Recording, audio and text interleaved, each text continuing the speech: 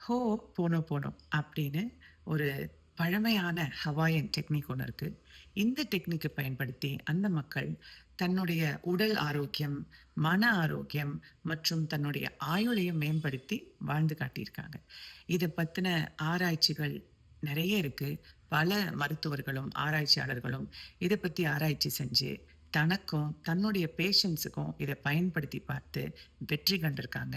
இதை பற்றி நீங்கள் கூகுள் பண்ணி பார்க்கலாம். இந்த டெக்னிக்ல 4 வாக்கியங்கள் பயன்படுத்துறாங்க.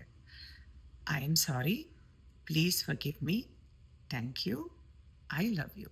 இந்த ஐ அம் சாரிங்கிறது நாமளே நம்ம மன்னிப்பு கேட்டுக்கிறது.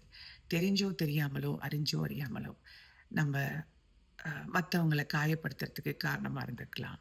இல்லை நம்ம செஞ்சதை நமக்கே பிடிக்காம சில விஷயங்கள் இருந்திருக்கலாம். இல்லையா நம்மளை அறியாமல் நமக்குள்ள நிறைய கேட்டு, நிறைய அதாவது குற்ற உணர்வு, அவமானம் இதெல்லாம் நடந்திருக்கலாம் நம்ம வாழ்க்கையில். இதுக்கு ஐ எம் சாரி அப்படின்னு நம்ம கேட்டுக்கணும்.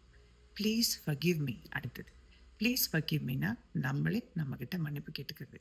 இதுதான் ஹீலிங்க்கு முதல் படி, நம்மளை நாம் மன்னிக்கிறது. அடுத்தது தேங்க்யூ. தேங்க்யூ அப்படிங்கிறது இந்த பிரபஞ்சத்துக்கிட்ட நம்ம சொல்கிறது. அதாவது இந்த நாலேஜ் எல்லாம் நீ எனக்கு கொடுத்துருக்க, இந்த மாதிரி ஒரு ஹீலிங்க்கு ஒரு விஷயங்களை நமக்கு தெரியப்படுத்திருக்கு இல்லையா இந்த பிரபஞ்சம், அதுக்கு நம்ம தேங்க்யூ சொல்கிறது. நம்ம இருக்கிற எல்லாத்துக்கும் இது வரைக்கும் நம்ம இந்த எவ்வளவோ விஷயங்களை கடந்து இன்னைக்கு வந்து உட்காந்துருக்கோம் இல்லையா, இது நாள் வரைக்கும் உள்ள வாழ்க்கைக்கு நன்றி சொல்கிறது. அடுத்தது ஐ லவ் யூ. இதுவும் பிரபஞ்சத்துக்கிட்ட நமக்கு இருக்கிற நன்றி உணர்வை காட்டுறது. இந்த பிரபஞ்சம், இந்த வாழ்க்கை எல்லாத்தையும் நம்ம லவ் பண்ணுறோம் அப்படின்னு நம்ம சொல்லிக்கிறது. இதில் மறைஞ்சிருக்கிற காரணங்கள் இதெல்லாம் தான். இதை தான் இந்த வார்த்தைகள் மூலமாக நம்ம வெளிப்படுத்துகிறோம். நீங்களும் இந்த டெக்னிக்கை டெய்லி ட்ரை பண்ணுங்கள். ஒரு அமைதியான இடத்துல உட்காந்து இந்த 4 வாக்கியத்தையும் மனசார சொல்லுங்க. அதோட அர்த்தத்தை எதுக்கு சொல்கிறோங்கிறத உணர்ந்து சொல்லுங்க. நீங்களும் பயன்பெறுங்க. என்னுடைய வாழ்க்கையிலேயே நான் இந்த டெக்னிக்கை பயன்படுத்தியிருக்கேன், பயன்படுத்திக்கிட்டும் இருக்கேன். அது இன்னொரு நாளைக்கு இன்னொரு ஸ்டோரியில் சொல்கிறேன்.